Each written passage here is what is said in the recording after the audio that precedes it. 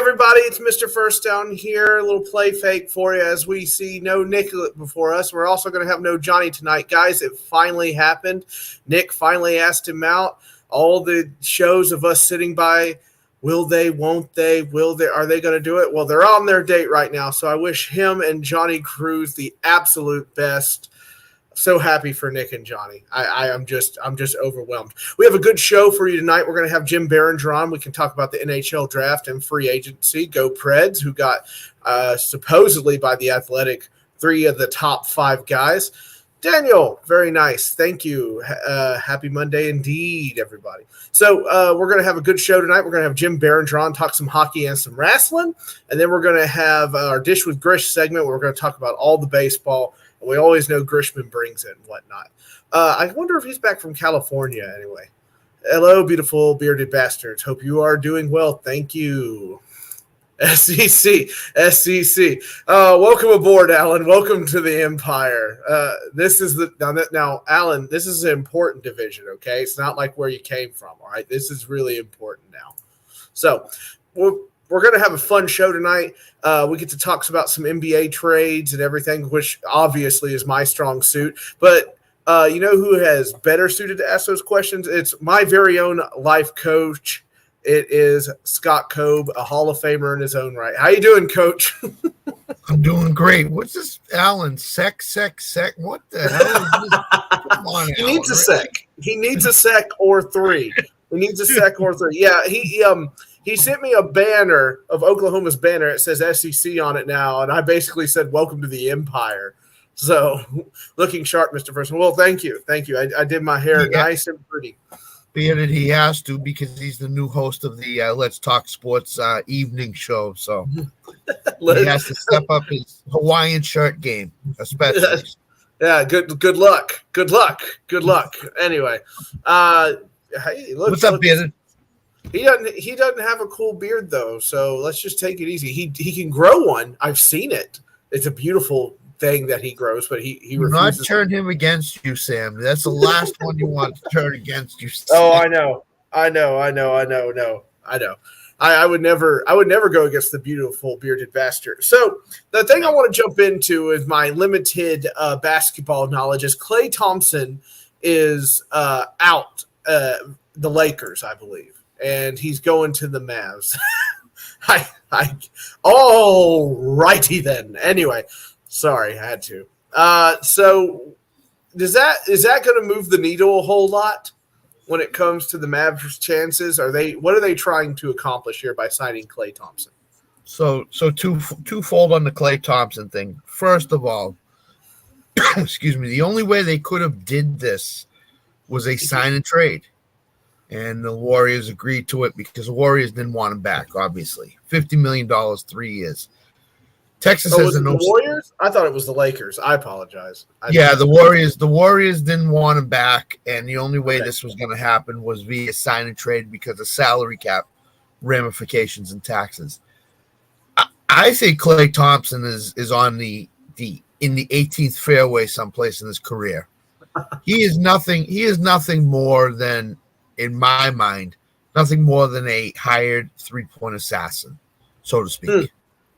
So I understand why Dallas did it. They think they need something else because they got embarrassed by the Celtics, so to speak.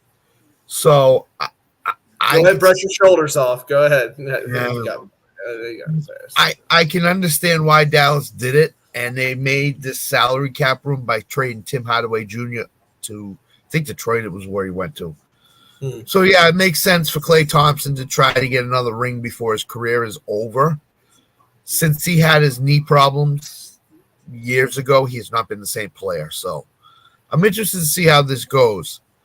On the second front, LeBron is trying to do everything he can to get another superstar in LA, and he's failed miserably. So now he's got to he's going to get a full exemption instead of he wanted to give $20 million back a year to sign Klay Thompson to get him. So now he's going to take the full exemption, which is going to take the full money. And the Lakers, I don't think, based on what ESPN said today, can make a trade. They're in financial hell, so to speak. turmoil. So, yeah.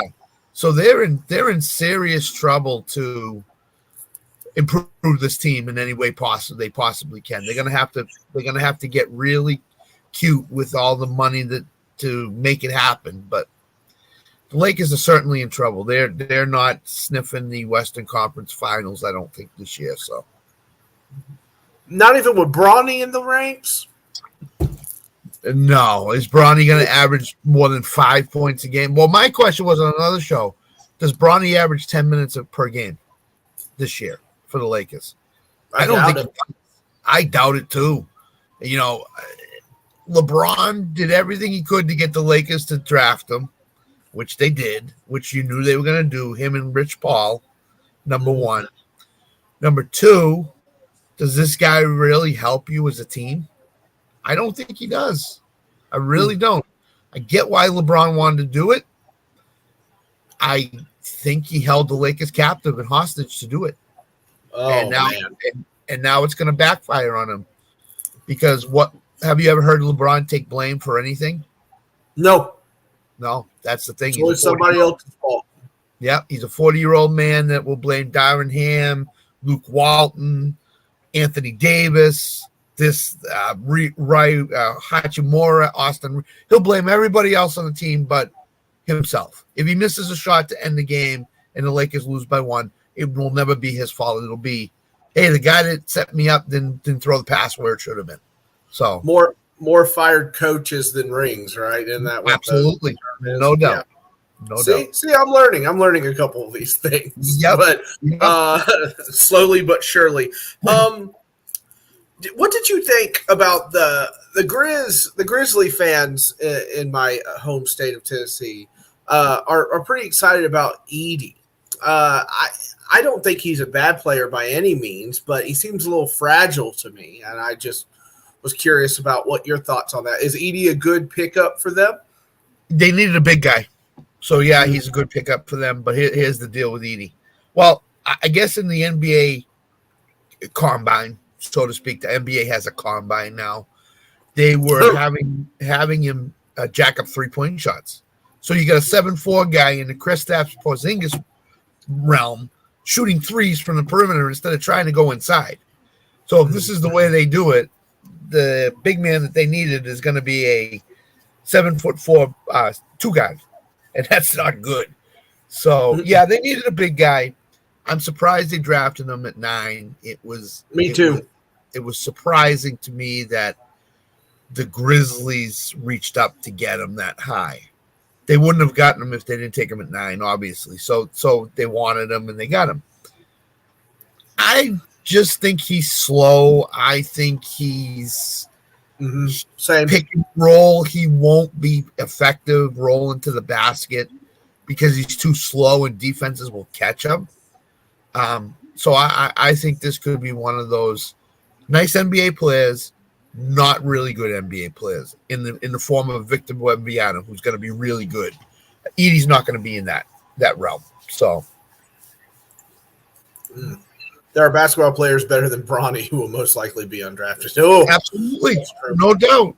100%. Yeah, there's guys on his own team that LeBron is gonna. For whatever reason, LeBron is going to alienate all these teammates that he just said, I love these teammates, Austin Reeves, this, that. No, he's going to alienate them. It's going to be problems. And that plays into nobody wanting to go play with LeBron either. Like, it's just nobody's actually in charge. JJ's not in charge. Nobody. For him to strike out on the 3 top guys in the free agency pool, Paul George, the couple Klay Thompson, and I forgot what the third name was. That's a problem. Nobody wants to go to the Lakers. I mean, LeBron called Klay, talked to him for a while, told him he'd give up some money for him to come to LA, and what happens? He goes to Dallas. So nobody, like you said, Sam, nobody wants to play with LeBron anymore. Yep. So no. If it's one thing, the first thing I dove into the NBA, it was so much LeBron hatred from everybody around the league except Cleveland and Los Angeles. Yeah. And I'm sure when Tanner comes on, he may tell you the same thing, that the days of LeBron, guys wanting to play with LeBron, over. It's just over. It's over. It's too bad because he's one of the greatest players to ever play the game, and this is the legacy he's going to end his career with. Is I held the Lakers hostage to draft my son. So, yeah, I remember watching the Last Dance, and there was such a major difference between Michael, who pushed you to be good. He just pushed and pushed you, and then it's like LeBron's just like, "Hey, you should just be around me. You just get better." And that it's just the two different schools of thought. And until I think Brady said this, right? I think he said it to a bunch of the young quarterbacks that, "Oh, you want to be a big social media star? You want to have this presence and everything? Cool. It's not going to win you a championship." And he's 100% right. That's right. The days of LeBron laying his uniform out on the floor or just coming out and going through the motions, it's over. It's 40 years old. The guy's 40 years old. Father Time has never lost. Never. He's not going to lose in this case either. LeBron's skills are going to start to slowly and slightly diminish where you can't see it, but you'll be able to notice it when you look at the box scores and see LeBron's averaging 22 points a game, 8 rebounds a game, 7 assists a game, where before he was averaging 28, 12, and 9.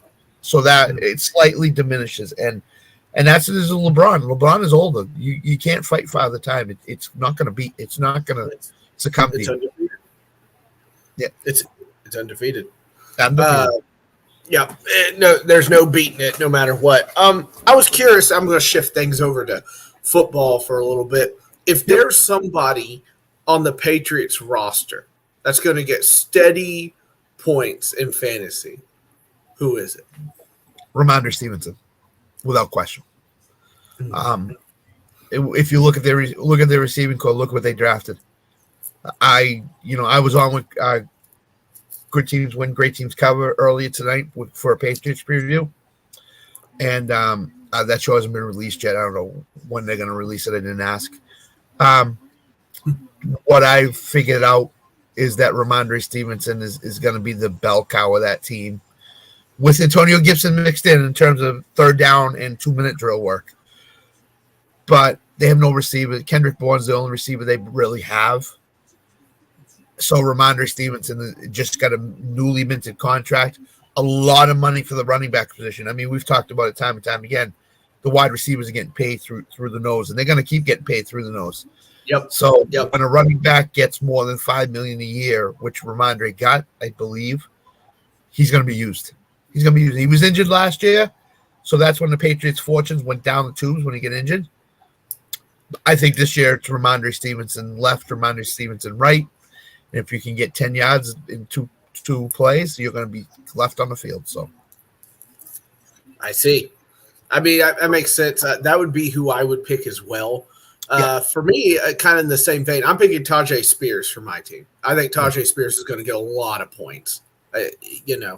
He's going to get those yards that nobody sees but are like so valuable and important.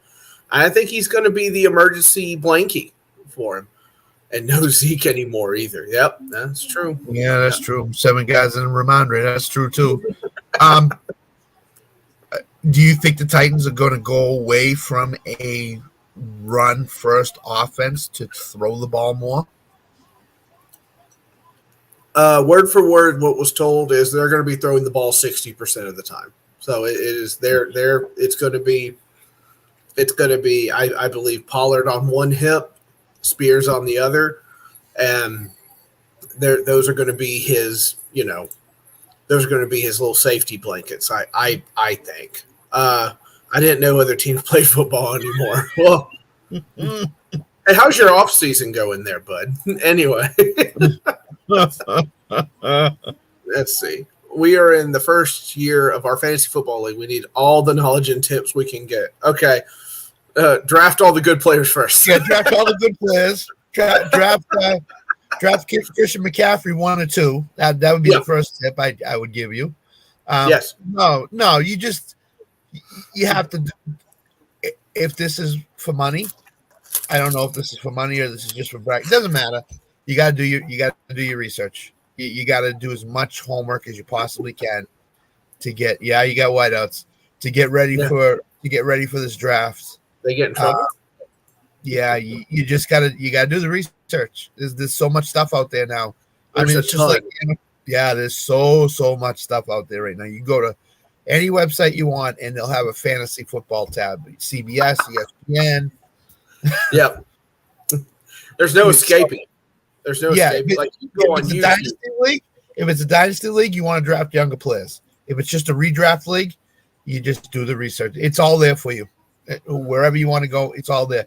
The one place I would, and I'll plug Tanner's guy, Mikey Basement Brute Fantasy. He's very good at what he does. He takes it very seriously. He's very passionate about what he does. So that'd be a place that I would definitely go to look. All right. No free shout outs though. We don't shout out just free people. Oh, anyway. I'm sorry. The only shout out we want to give is that Nick is not winning our league again for the second year in a row.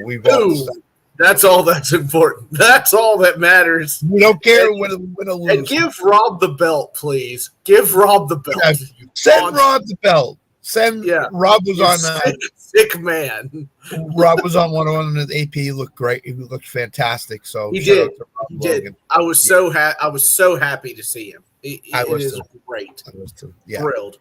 It did my soul good to see that, man. And Alan, great job getting him, by the way, too. That was phenomenal. Yeah. So that was fantastic. Moving on, I was reading today that, speaking of wide receiver news, that CeeDee Lamb is thinking about holding out, and he wants his $32 million, I would say. Rob did say Saturday he's ready to defend his title. Oh, can he get it first? Could he hold it? He can't defend anything if he doesn't have a belt to defend. Well, come on. Yeah, what's going on? Yeah, come on, man. We have Hopkins on our fantasy team. Oh, good. I love how you're a collective we have Hopkins. Yeah, is we the whole show, or is it just you? And you're just using we as something. We can cheer for Hopkins together, Sam. Oh boy. That's what I love, going to a stadium and rooting for certain players. No, I like Hopkins quite a bit. He's grown on me. He's an odd duck, but he's grown on me. Considering that we haven't had a 1,000-yard receiver in a little bit. So, but CeeDee Lamb wants his money. The Dallas Cowboys currently sit at $4.5 million in cap space. CD, do you want to take 4.5 this year, and we'll make it up to you down the stretch here? It's just George. Hey, George. Yeah. I mean, you put the article on the Let's Talk Sports show text chain. 4.5 ain't even going to come close to getting it done. CD's going to need in the ballpark of, like you said, $30 to $35 million a year to get it done. And if Allen doesn't have CD Lamb and the rest of the Cowboys fans, it's going to be a miserable football season for all of them. I don't know what they do. What do they have? Jake Ferguson, Zeke Elliott, and a bunch of nothing? That's exactly what 7 guards and Ramondre. Yeah, 7 guards and Ramondre. That's right. That's a good one. That's a good one. I don't know what I just don't know what they do. Like, I have no idea what they do. They need that man to play. They have to have him.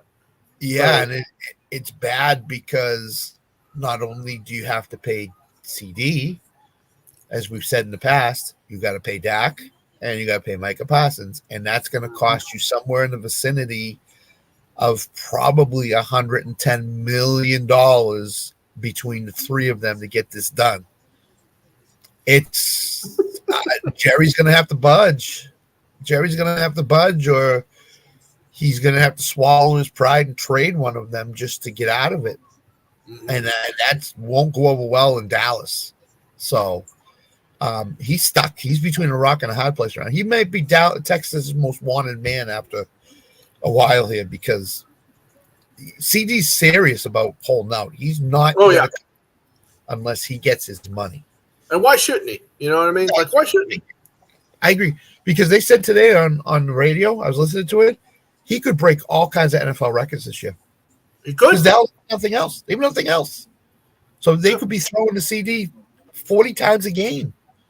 So I'm shopping Dak if it's me. I'm shopping Dak. That's what I'm doing.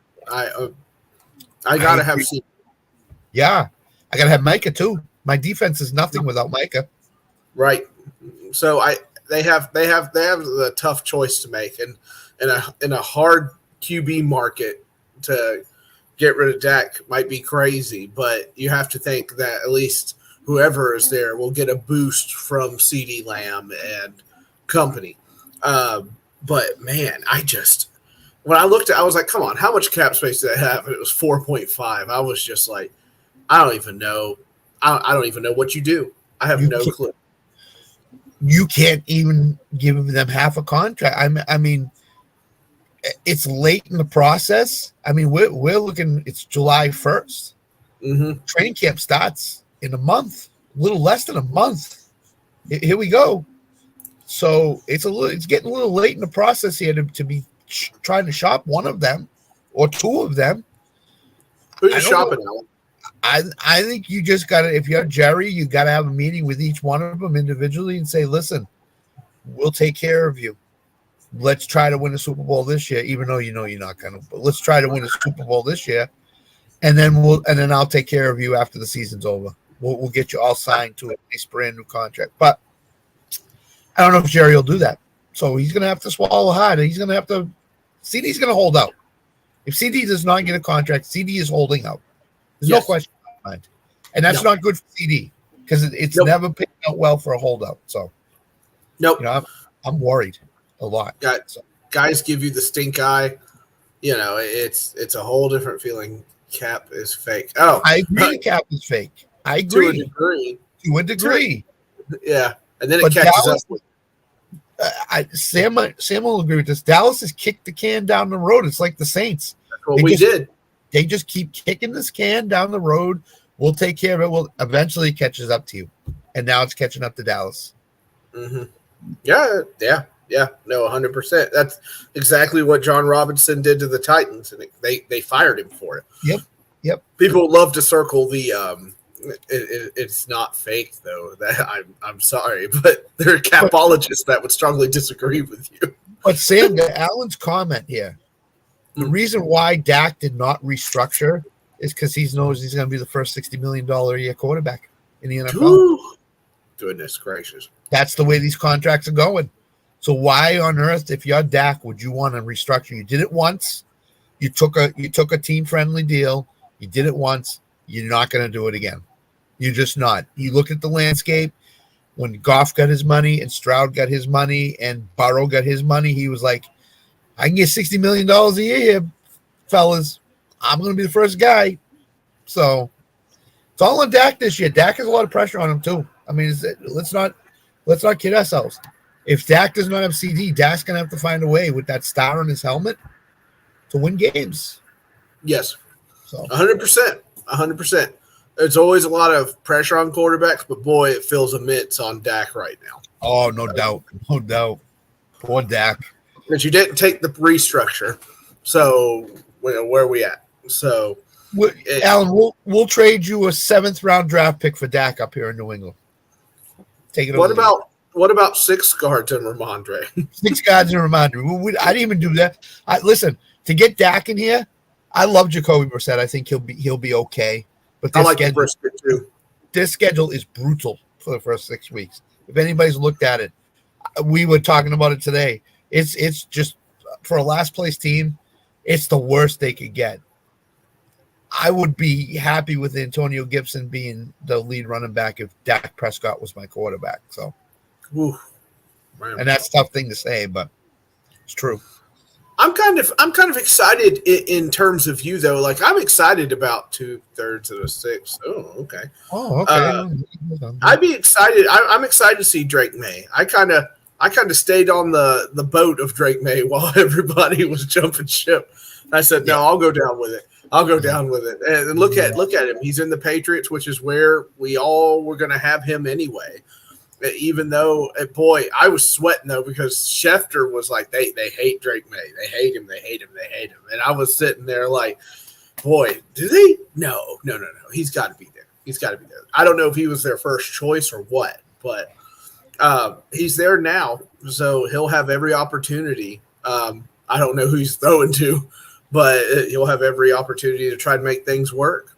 So. I love Kendrick Bourne. I'm a Kendrick Bourne guy. I think 2 years ago, Kendrick Bourne showed what he could do. I lost a bet. What do you want, man? What do you want? That's right. Sam did not do it willingly. He had to do it because he lost the bet. So, gun to my head, I had to do it. Yep.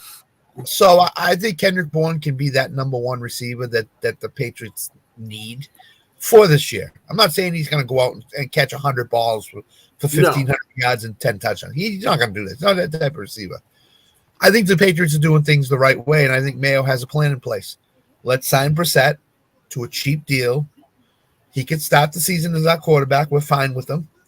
We'll bring Drake May along slowly in practice, and when he's ready to go, he will play. He will be the starting quarterback for the Patriots, and until the day he retires, hopefully. So they're doing it the right way because in the NFL, there's always when in a heavy quarterback draft class in the first round, you can always count on 2 busts in the first round. Okay. So is it going to be Caleb Williams, Jaden Daniels, J.J. McCarthy, Bo Nix, Penix, or May? 2 of those guys are not gonna be really that good. I think Bo Nix is going to be one because the talent around him with wide receiver is awful. It's just awful.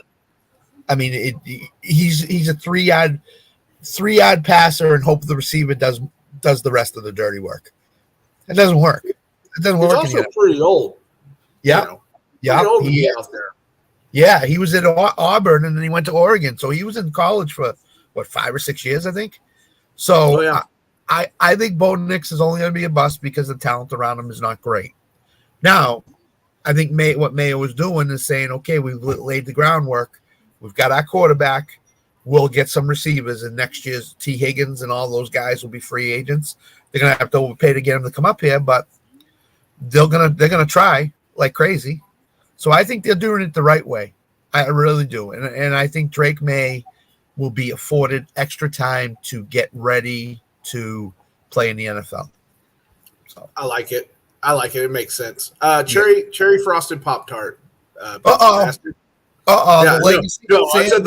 I said the word. I'm sorry. Scott. Everybody put in the chat what your favorite Pop-Tart is now, please. No. I refuse. I absolutely refuse to ask that question anymore. But I am curious. We're here. Let's go. Hey, Hot Take, how are you doing, buddy? What's up? A lot of executives are high on Daniels. I've heard that too. Yeah, I am as well. I love him. I just like. What if he's just one of those guys that does well in year 1 and then year 2? It's like Vince Young, right? Like he does great and then year 1 and then year 2. It just reeks of that to me. And I hope I'm wrong. I would love the Commanders to have somebody stable at that position. I mean, what was us last year, right? I love Sam Howell, but right. You know, and I was kind of surprised they didn't keep him. I really thought he did okay. Sam, do you get the impression that Terry McLaurin just is not going to be that stud receiver that the Commanders need? And Dotson, same thing. It just feels that way, that he's not going to get the most out of his career in the NFL in McLaurin. It just seems that way. He's a solid receiver, not great. So they need a CD Lamb to take the pressure off McLaurin, somebody like that. So. trade to get him. Yeah, I've heard a lot about McLaurin, but I just kind of see just a solid receiver. That's exactly nobody that's transcending anybody or erasing anybody. It's kind of like the situation like in Nashville, right? You have DeAndre and you have Ridley on the other side. Ridley's like, I'm coming for that number one spot. Buddy, you're not taking the number one spot from DeAndre Hopkins. I got news for you right now. Yeah. I like you. I'm glad you're here. I think it's great, but you're not taking that spot from DeAndre. I'm sorry. The guy's a machine. We have Pop-Tarts. Oh, good. Yeah. I'm not going to ask it. I have a feeling these guys are terrorists here to destroy things. They certainly are. Now you hurt my feelings. Now you've hurt my feelings. Now you've hurt Sam's feelings. Yeah. On my host night. You know what? DeAndre has done it in Houston and in Arizona, and we have yet to see it from Calvin Ridley in the last 4 to 6 years, or 3 to 5 years, whatever it may take, because he got suspended because of the gambling incident. So we haven't seen it from Calvin. And then when he came back to Jacksonville last year, he had the case of the dropsies. So now he's got Will Levis, who's going to be an up-and-coming quarterback, supposedly. Gold. Yep. So we'll see. Ridley's got to live up to that contract, and Tennessee paid him a huge amount of money. Don't drop the ball every 3 catches, please. I think they looked at it. Honestly, I think they looked at that contract. Somebody explained it really well to me. Is that now they're set at wide receiver no matter who's the next quarterback if Will Levis falls, and I can kind of get that, but. Good. I don't know. It just kind of felt like when they signed Ridley that they really just wanted to stick it to Jacksonville again. And I mean, they needed him. Jacksonville did not need to let him walk. Right. And what was they were down to 2 teams. It was the Titans and the Patriots. That's and Ridley did not want to come up here for whatever reason. So weird. Why not? I think he's an SEC guy. He went to Alabama, so I think he loves the South. And he was in Atlanta. He's like, it snows up there. No, thank you. Yeah, no, thank you. It's 20 degrees up there during the season. No, thank you. Yeah, I mean, once a Southern guy, always a Southern guy. He doesn't want to drift up north. He'd rather stay down in the South. He'd rather stay in Atlanta, Jacksonville, Tennessee, wherever it may be. SEC country. That's where he's comfortable. I don't blame the guy. You know, his girlfriend or his fiance came out and said he doesn't want to come up to New England. He's not comfortable in that situation. Why on earth would you force a guy to come up to a place where he's not comfortable? He doesn't want to. You know? Yeah. Derrick Henry's a good pick this year, especially where he's landed. No, for sure. I think he's going to help out. I wonder how he's going to feel when it's like a yard away from the goal line and Lamar runs it in. But I think it's going to be. He'll be sitting on the sideline and he'll say, Lamar, I'm supposed to get the ball there, not you. Give me the ball. Give me the ball. I'm 200-something pounds. You can't push through there. You can't do that. How many passes is King Henry going to throw this year? I got 0, but in the words of my ditka, 0, bud. 0. 0, bud. Yeah, 0. I agree with you. Tend to agree with you. Nobody. It's our one claim to fame. We made that boy throw the best Tim Tebow jump pass ever. Absolutely. Absolutely. John Harbaugh will say, you ain't throwing any passes, buddy. It's not what no, you're not going to do it. You want to go for it, Lamar? You want to go for it? I hate that man. I know he's a great coach, but I hate that man. Anyway. Yeah. Now both of the Harbaughs are back, so I get to put up with guys walking onto the field and whining and great. Khaki pants. The khaki pants from Walmart. The khaki pants from Walmart. Man, I meant to send you a message text because I saw where Bryce Harper or Schwarber were both on the IL in baseball, and all I heard was your Bostonian accent go Schwarber and Harper. Well, he was here in Boston, Schwarber, for I want to say a year and a half, maybe. Maybe it wasn't that long. Maybe it was. He got traded to Boston when the Sox were in a pennant race a couple of years ago. And the Red Sox, one of the big mistakes they did was let him walk away because the guy's a 30 home run hitter in his sleep. He wakes up and can hit home runs out of bed. So he's in a perfect situation in Philadelphia. But yeah, they're hurting on offense right now without those two guys for sure. It's a bad time to be hurting. Listen, the bane of your existence is now in the minor leagues right now. What did you say? You sent him down, didn't you? You told the guy to get rid. What did it take? Why, Scott? Why did we wait so long for this to happen? I don't understand. him and Cookie Carrasco just make me upset. And we're going against the Royals.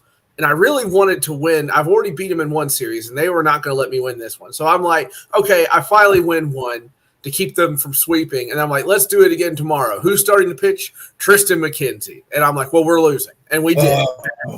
And I don't understand. And I like vote. There's got to be somebody better. I don't care. Like, we found Lively at the bottom of a roster, and he has pitched better than Tristan McKenzie and stuff like that. Are you really saying there's nothing else there? And so the fact that he's finally knocked out, I kind of feel like John McClane looking down from the skyscraper. Welcome to the party, pal. I've been waiting for this. But I just hope this isn't a case where he makes one really good minor league stat and they say, all right, fixed. Here we go. Come on, back up. Got his confidence better.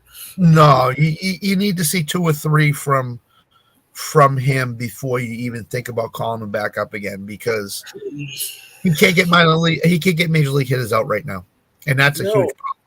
That's a huge problem. I mean, we'll talk with Jonathan about it in the second hour, but that's just the whole thing. It's just you gotta win games now. Because if you don't, you're the Guardians. You have a golden opportunity here to win the division and make a deep playoff run in an American League. That could be yours. So you got to do everything you can to do it. So you're going to have to be active in the trade market. You're going to have to be active to push you over that hump. Yeah, which is what all Guardians fans are screaming right now. But that Tristan McKenzie. I'm sorry to say, I'm sure he's a nice guy, but good riddance, for the love of everything holy. Yeah, and Jonathan will say to us, Sam, too. I'll ask him about it, or you can ask him about it. Since his injury, he's not been the same pitcher. He just is not. No. And that's a problem for him. And he already wasn't a good pitcher anyway. He got worse. There was hope for him before the injury. Sure, the Minnesota Twins series, he was starting to throw fastballs, and I was beginning to believe, and then it just train wrecked. I mean, I had the same feeling about Jeffrey Springs in Tampa Bay last year. He's going to be phenomenal, and then he got hurt, and he hasn't returned. So never recovered, just never made it. But yeah, I'm happy that move was made. I felt like that experiment should have been done a month ago. Yep. So we could make it stop believing he ain't Joe. That's right. Nobody's Joe Henry. Come on. I believe in Joe Henry. Happy Bobby Bonilla Day. Everybody, $1 million, baby. Till 2035, he's getting $1 million from the Mets. Imagine that. I'd like to work out that contract. I've ever heard of in my life. Tanner, where are you? I need a new contract. I'll take $10,000 a year for the next 12 years, please.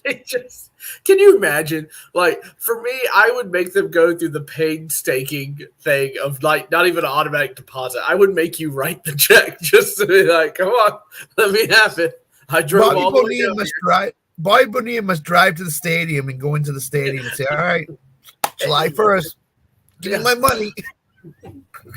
I would, but I'm if you're any major league team, why would you on earth do something like that? Why would you do something like that? Come on. Baseball just runs amok sometimes. It does. And it's just like, I think they're like, well, we can kind of just do anything and we can just make this deal and everything will work out fine. But $1 million all the way to 2035. Oof.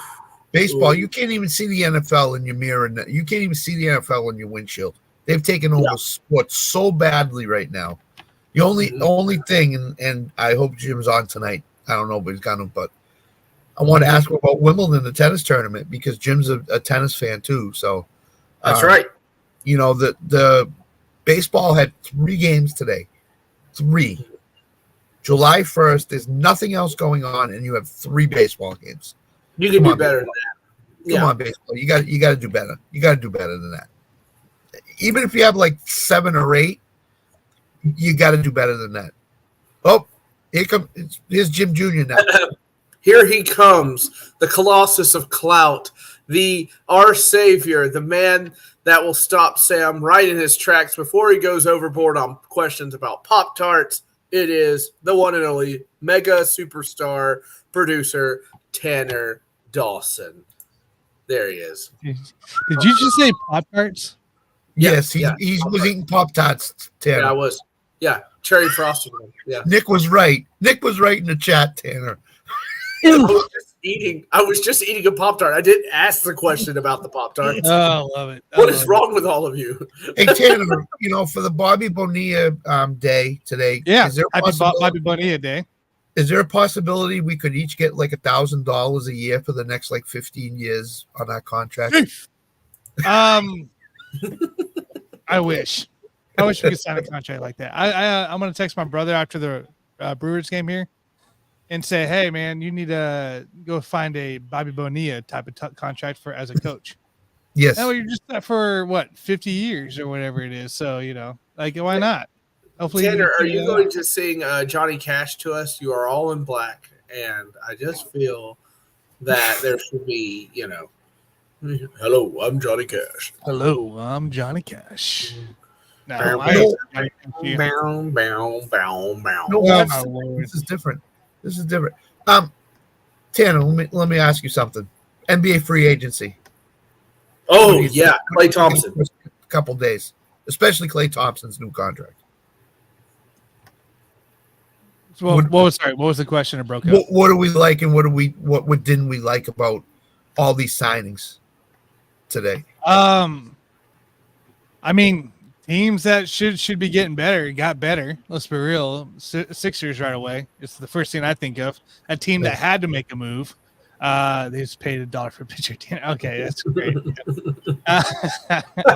But you had a team like with going Paul George going to the 76ers team who always competes. It's just a matter of Embiid staying healthy the whole entire time. I mean, really, Sixers team isn't that bad. They haven't. They were number one overall going into Embiid's injury this year. That really took him out for over a couple months there. So. I generally think that having a guy like Paul George on that team is huge. It's huge. For that here. I do sort of like the Klay Thompson deal because he did take less money to the Mavericks. But it was also another piece. If he can, we say this year in year out ever since his injuries, if he can just get anywhere remotely close to being a shooter again, this is a huge move for the Mavs and also a deal saver. They can still go out and get another guy in term as well. I think the Klay. I like the Klay Thompson signing there for Dallas. I think there's a chance that it does pan out to be something, and maybe it helps them. I'm not saying get them over the hoop, but it gets them a step closer to getting the finals win. So. With that, Over the Hoop, the next LTS show, Over the Hoop. In the hoop, over the hoop. There we go. Tanner, I think Dallas looked around Dallas. Jason Kidd and Mark Cuban looked at their team and said, "We got to get better around Kyrie and Luka. If we don't, we're going to be in the same boat." There's still more moves to make, right? Yes. Within that team. They're already getting rid of guys. They've already made some trades. They got rid of Tim Hardaway Jr., right? Yep. So they're moving guys around, trying to shuffle that around to go get some more guys there, which is needed, which we all know it's needed really badly in that play. I thought the Pelicans got better. You can't tell me they didn't get better with the DeJounte Murray move. I knew something was coming, but I didn't think the Pelicans would be involved in that play there. So I think they got better overall because they're already a pretty team. They're a good team. They're a playoff capable team, but they just haven't. They've never really been that top 3, top 4 seed kind of push team. So that's the same. Do I agree with Warriors retiring Klay's number? After he retires, I will. I wouldn't do it while he's still in the league. No. That's weird. I wouldn't. What you could do is not have anybody wear number 11. Let's go, baby. And that's what you do. I like the Hartenstein move to Oklahoma City. Yes, I think Hartenstein is exactly what the Thunder needed to possibly get to the Western Conference Finals this coming year. So I love that move for them, and the Knicks couldn't afford him based on everything they were doing around Jalen Brunson, which is phenomenal too. I love what the Knicks did. So yeah, I mean getting a vet like that, I'm in for that for Oklahoma City. Getting another vet there, helping the young guys. You know, a guy that can help out with who am I thinking of? Tall guy, second year player, rookie. Gonzaga. Lord have mercy. Holmgren? Yes, there you go. Holmgren. Yeah. Helping him out there is going to be, I think, really nice just to help develop his game a little more. Hartenstein's been around for a little bit. So kind of going down the way here. Just I love the Magic are retaining their guys, right? Yeah. Gary Harris, they got, and they're working on Isaac right now.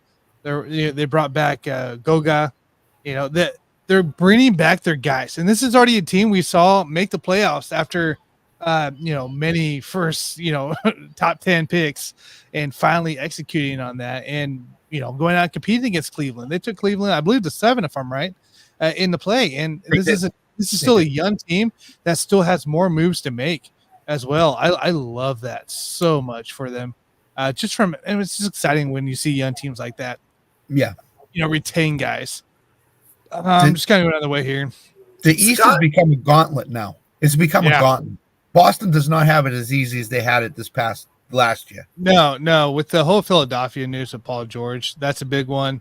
The Clippers are getting depth, which I kind of like too off the Paul George deal. You have James Harden coming back, Derrick Jones Jr. and Kevin Porter Jr. And I don't mind that at all. Nick Batum's also there now, so you're building depth in there. And that's the thing I tell Mike all the time on the Sports Buffoons when we talk Phoenix. When you talk Phoenix here, you got three big guys, maybe one other smaller, bigger guy, but outside of that, you got no depth, and that's what kills you in the playoffs every year. So the Clippers are kind of silently doing this thing right. Now it's just a matter of, now that Paul George is out, can Leonard be healthy? All I've heard today is, how can the Clippers do this? They let poor Paul George go without a fight. I think it's a great move. It's something that Phoenix down there needs to figure out too. Who do you let go? Because you need to get let go of somebody on those contracts. You got to build some depth. I love the Derek White extension as well. On top of that, yeah, I do too. I think my eyes right now are settled. Contavious Caldwell Pope to Magic. Love that move. Another solid. I absolutely do too. Absolutely do. All by itself. So my eyes right now going into this week, this weekend actually, will be DeRozan. Where does he go? Rumors are the Lakers, which, Lakers need it. Let's be real. They need it. You need a guy like DeRozan there, I think, or some kind of type of player around DeRozan. They do, but here's the question. Does LeBron take less money to fit DeRozan into that situation? We'll see. Why don't wait on LeBron, though? You don't build a franchise waiting on a player. Yes, I know he's one of the greatest, but don't wait on a player. Yeah. People are going left and right. You got to make moves now. You can't wait on LeBron James to. You're going to get passed by everybody in the West if you just wait.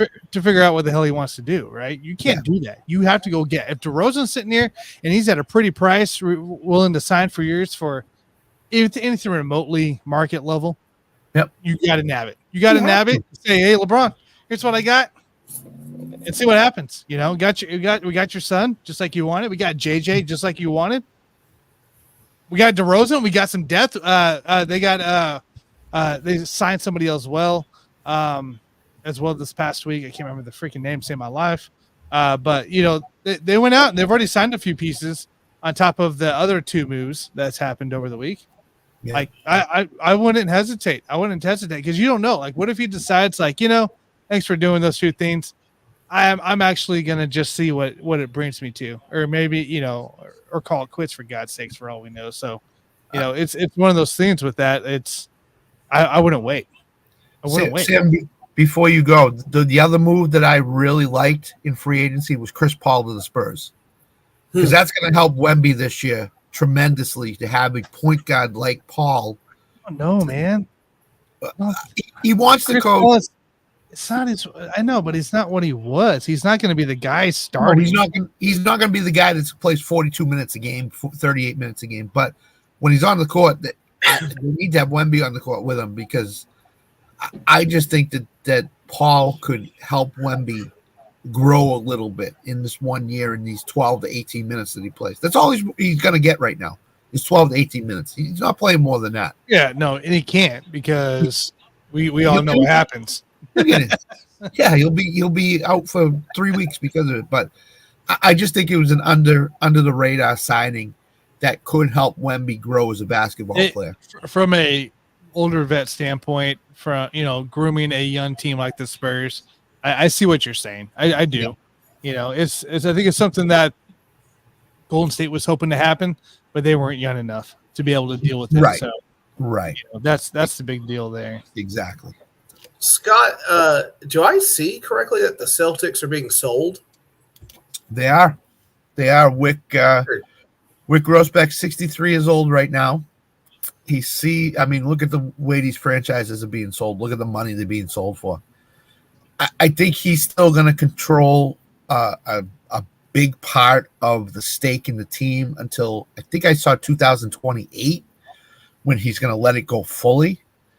But I think that he sees it's time. He just sees it's time. He's been there since 2002, which is 22 years. I was shocked when they said it. But yeah, they're trying to sell it. They're seeing what they can get for the it's going to be in the billions. It's going to be in the high billions. You're looking at $400-500 billion for that franchise. Which and you're coming off the title. You're coming off back-to-back conference championships appearance as well. Yep. You're not a losing team. No. He bought it in 2002 for $360 million, and he could end up getting almost $500 billion for that team. That is such a huge Wick, I'm your long lost son. Can you send some money my way? I'll take it. Right? I'll take it. They liked him, Alan. They said it earlier. I don't know. Yeah. We like the OKC move. Yeah, we like the OKC, especially I like the re-signings of them. SEC. Hold on a second. Yeah, so I didn't know there was an SEC. I thought that was just the other half of college football. Yeah, that is college football. The half of college football. Yeah, when these guys get up in their 60s, they realize, what? There's more to life to do than own a sports franchise. Let me see what I can get in the market for it. And then when I'm 67, 68, let me live the rest of my life the way that I want to live it, travel and do all that other stuff. So, and not be owning an island in the Bahamas. Not like you couldn't do that. Yeah, not like you couldn't do that anyways. Yeah, we'll take it once. Yeah, no problem at all. But yeah, man, that's crazy. Why not though? I guess you opportune time, and now you just re-signed two of your biggest guys. Absolutely. Two of your biggest guys are now on long-term contracts, so. Yep. Might as well. It's weird to see it though. I was like, what do you mean being sold? You just hoisted a trophy. Today was our first official day in the SEC. That's why. I don't remember a team. I don't like the way you said "sex," sir. That hurts me. I don't remember a team that just won a title and then all of a sudden 2 weeks later they turn around and say we're selling. I don't think that's it. I can't remember that happening in sports. It's weird. It's a majority group, though. It's owner's majority group is what it is, though. Yeah. So I'd be curious if there's – because if you remember, too, the Royals sold in 17, 18 after their two World Series appearances, one World Series win. But that was also due to the owner being sick and passing away shortly after the signing, or sale of it. So I wonder if something like that's happening, It's very possible. It's very possible that you'll hear a story come out after they're sold. Hopefully not. Hopefully it's just like, hey, we're taking advantage of it, call it good, and be done with it, which would be great. And I don't want to hear anything. Yeah, I hate to hear anything negative around it. But, hot take. It's Bob Epstein, Wick, and I forget the other guy's name right now. It's not coming to my mind. They all own a stake in the team. Wick owns the majority of it, but these other guys own like 20-22%, whatever it may be. And they've probably all sat down and said, you know what? Now's as good a time as any that we try to sell this. So Wick will control the team until 2028. And then just sell controlling ownership of the team in 2024, early 2025. The balance will close in 2028. Grosbeck is expected to remain as the governor of the team until then. So this is basically controlling basketball operations. So, and it is the Boston Basketball Partners LLC. So we'll have to see when more happens here. Great, Alan. Yeah, which means, yeah, we knew that. What a power move, God. We announced on the newsletter Friday, no baseball show this week. Is that why you're all in black? You're just the Grim Reaper, just action shows left and right. Alan is sitting in a dark room now, spouting off comments on the LTS board. But I can audibly hear him go, "Oh." Exactly. By the way, before we bring in our guy, Russell Westbrook picked up his player option. The Clippers are looking to trade him. Nuggets are in the conversation. That's what I heard today. That the Nuggets the Nuggets probably going to get him. On the Nuggets, sure. I'll have Russell Westbrook come off the bench. Absolutely. Fireworks and happy kids, bearded bastards. Fireworks and happy kids. Yeah. Fireworks, man. Traveling down to Wichita and blowing off a bunch of fireworks and drinking American Budweiser heavy. So is that how it's pronounced? Can you say Russell Westbrook 6th man of the year in the NBA next year? Gosh, man, if he goes to Denver, yeah, it has no pressure on him. I wouldn't do that to you, Alan, unless you changed your number or something. I'd get really upset. Our next guest took him on his recruiting trip with him and just left him on Newport Beach. So that's why Alan is commenting where he's commenting. Hulk Hogan wins it. Oh my God! Alan's completely lost it. Speaking of the man that dished out that great thing, we're going to dish with Grish here. Our coach, Jonathan Grishman. Everybody, hey buddy, how are you, Jonathan? How's it going, guys? How's it going? He's gone, Jonathan. He can't hurt me anymore. Yeah, Tristan McKenzie is gone. Hold on, can me and Jonathan need to have a talk for a minute. Are you still in Newport Beach someplace, Jonathan? No, I enjoyed the beach that day. It was my pre-birthday, relaxation day. Unfortunately, I did get a little too much sun from my beach trip, so I've been a little bit under the weather due to some sun poisoning. Which ironically, half the kids didn't even know sun poisoning was a thing. So they thought I was making it up when and everything. But it was a fun trip, and I got to enjoy some time with the boys out there. They got to go play in the water and relax. I got to sit down and relax on the beach and do a little recruiting in the process. But it was a beautiful day. It was it has not been out here in Palm Springs. We haven't had a day under 108 degrees. We go to Newport Beach in Los Angeles. It was 75 degrees. It was 75 at the beach. It was beautiful. It was such a relaxing afternoon. Again, right on the water. Everything was just such a perfect day to kind of just sit back and relax. So I took full advantage. A little too much, but it was a good start to my birthday week last week on Wednesday. Enjoyed my birthday on Thursday. So it was a fun afternoon. I can't complain, even though I got burned up pretty good. I was enjoying it very much still. Good. By the way, Alan Jonathan, did you hear there's no baseball show Wednesday night? Alan's announcing this all over the place. So I saw that. I saw that in the comment. Okay, just so you know. Yeah, I see.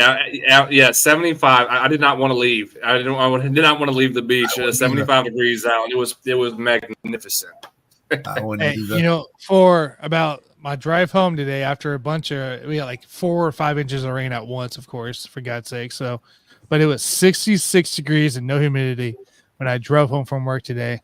And then I got home, opened the door up, and it was already at 80 degrees, ready to go. Here's your humidity. It was nice while it lasted. So imagine, though, like we left the beach. It was 75, 76 degrees. We left the beach. 2-hour drive back to Palm Springs. It was 110 when we drove in. So, I mean, but, John, as a Midwesterner, Southerner, it's not bad because there's no humidity. There's a dry heat, man. I don't like dry heat. I rather humidity. I am the rare exception of human life that would prefer humidity. Everybody thinks I'm crazy. Everybody looks at me sideways when I say that. I cannot deal with dry heat. It's like like you're living in an oven. Yeah, that's not fun to me. That's fair. That's not fun. But my golf game. Humidity is just living in a sticky oven, though. I don't mind sweating. I don't sweat I don't mind it, but I like the other way. I don't sweat. Like I said, my golf game likes it out here. I'm adding another 20 to 25 yards on my shots. I don't mind that. But overall, living out here, I couldn't live out here. It's nice out here, but I just couldn't do it. It got stinky hot in Tennessee. I don't know if you saw my tweet, but it was like low 100s here in Tennessee on Sam, you had to go out. You had to go out in that weather. It was awful. Tomorrow here to KC, don't you worry. I opened the door. 80 to nice 110 toasty coming tomorrow. So I can't wait. No, my girl Stephanie, she's back in Fort Worth, Texas right now. She tells me the same thing. She went and watched her nephew play baseball this past weekend. She goes, "It was so hot out here." I'm like, "Oh, what was the temperature?" She goes, 96. I'm like, "Shut up." She goes, "But it felt like 105." I'm like, "Okay, it's 115 here. It's 115. Right. I'll take 96 that feels like 105. Yeah. This is what people say to me when I go out to Vegas. It's 110 out there in September when I go out for my football stuff. They say, but it's a dry heat. Ain't no such thing as a dry heat to me. It's a dry heat, man. Give me a break. Give me a break. I'll stand out in spring training all day, then stand out in a tournament in Kansas City. So So Jonathan, today I put a little donation down on the Paul Skeens Cy Young Award winning train. Is there a world that you could see Paul Skeens winning the Cy Young in the National League this year? He has to get more wins. I think that's something. Again, I know that's such a crap thing to really say, but the voters still look at wins as a number that goes to the pitcher that wins the Cy Young. Other numbers he has is up there. He's going to have a low ERA, which he still does currently. He's going to rack up strikeouts, even pitching. Not a full season. He's rolling in the strikeouts. I saw the stat. He's the only pitcher in history as a rookie, his first 9 starts, to have 70 strikeouts or more and given up less than 12 runs. The only pitcher in history to do that. That's remarkable. Again, because you go down the list of pitchers we've had in Major League Baseball history, and that's something that has never happened before. So, and why I've always been very high on Skeens for obviously watching him at LSU and not really saying I'm predicting what he's going to be, but I mean we're seeing the greatness of what us in Louisiana we saw last year. He's different, and if he gets a handful more wins that he's going to get on top of what he is going to get, it's not as far-fetched as I'm trying to think the caliber of Cy Youngs that candidates in the National League. Tyler Glasnow, Zach Wheeler. Cease. It's not a great list. Cease is 7-7 right now, so I don't think he's going to get. That's what I'm saying. It's not a great list. So I think you can really have a conversation that has Paul Skeens in the Cy Young talk. I think that's very likely because, like I said, if Glasnow is going to have his moments where he's showing very inconsistency, where he shows he's really good, but he has a couple starts here and there mixed in that are not that great, and the injury bug always follows Glasnow. Wheeler is probably I would say probably at the moment the front runner. To win the Cy Young, just because of the consistency that we've seen from Wheeler over the last couple of years, that he's probably going to be the most consistent of the group. But overall, the list is not great. So I think you have to include Skeens in the conversation. If he continues the trend he's pitching right now, if he continues the trend he's doing right now throughout the month of June, and he pitches that way through July, through August, and in September, it's not far-fetched to say Paul Skeens is a strong candidate for a Cy Young. Yeah, do they shut him down? Top 10. Yeah, What's he's that? definitely top 5, I would think. If he gets to you're talking about such an inning difference too between guys. Like he came up, not right of the season, right? It was middle of May, someplace. 2 months I think in. So like Yeah. you're talking about what, a 6 or not 60, like a 20 inning difference, 30 inning difference. I would say a little over 30. Yeah. I feel like there's way more guys to consider than like Skeens doing phenomenal. If he was here maybe a month into the season, it'd be different. But I just don't think his. But that's my point though. Like who else? I mean, Glasnow, Wheeler for sure. The two of the two. Who else do you include in the National League? If you're basing it off of wins, right? Suarez was up there. Overall, I'm saying that is a number that has to be considered because that's what the voters do look at too. It's like, well, how many wins? Okay. How many wins is that? Again, it's like the MVP. The MVP does. They don't like giving the MVP to a player whose team is not a winning team, but sometimes you have no choice to do so, like a Shohei Ohtani or Mike Trout. But they do consider wins, like a winning team, part of the MVP conversation. So the same thing for the Cy Young. If you have wins on your record, that's a boost to your voting by the Cy Young voting panel. Would you throw Chris Sale in 10-3, a 2.79 ERA, 15 starts? Like he's right up there with Suarez, Wheeler. Yeah, Sale's going to be in the conversation. I think Fried at times is going to be in the conversation. But that's what I'm saying. Like I'm not sitting here saying Paul Skeens is going to be the front runner. I'm saying Paul Skeens, if he continues with the numbers that he's putting up, he's in the conversation. He's absolutely in the conversation. Right. Where top 5, possibly. And what makes it easier for him to get the notoriety for the Cy Young is because his starts are always talked about on SportsCenter. It's always talked about by national media. That is a boost to any voting award that you're going to get. Is how much are you being talked about by the national media? His starts are must-see TV every time, and I think that's a huge advantage for him.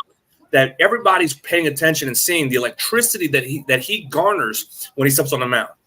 And I think that's going to give him a lot more. That's going to give him an advantage in the voting process over some guys. I forgot. This is actually a audience viewer vote. No, I'm just talking about the national. No. The national media still is the ones who make the vote. But the fact that he's okay. I mean, I was like, what? No. I'm saying the media still, the Baseball Writers Association are the ones who still vote for all the awards. But the fact that he is on national, it's talked about through his starts on national TV. The fact that he is talked about through the national media, it's all spoken about Paul Skeens and he puts up numbers every time he steps on a mound. That is a boost. Shohei gets talked about on SportsCenter and all the MLB and MLB Network all the time. So it's inbred in our heads about how great Shohei is because we see him being talked about on the national shows. Paul Skeens is being talked about by SportsCenter, by MLB Network as much every time he steps on a mound. That does not get forgotten by the writers of Baseball Writers of Association when they make the voting process. So, as I said, is it enough to push him over the edge to be the front runner? No, it's not.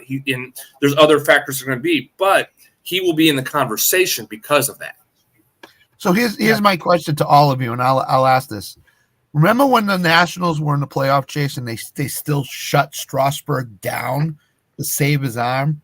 Do the Pirates do that if they're in a wild card chase with Skeens? No, I don't think so. I don't think. Why would you? Has there been issues? Has he been pulled for anything?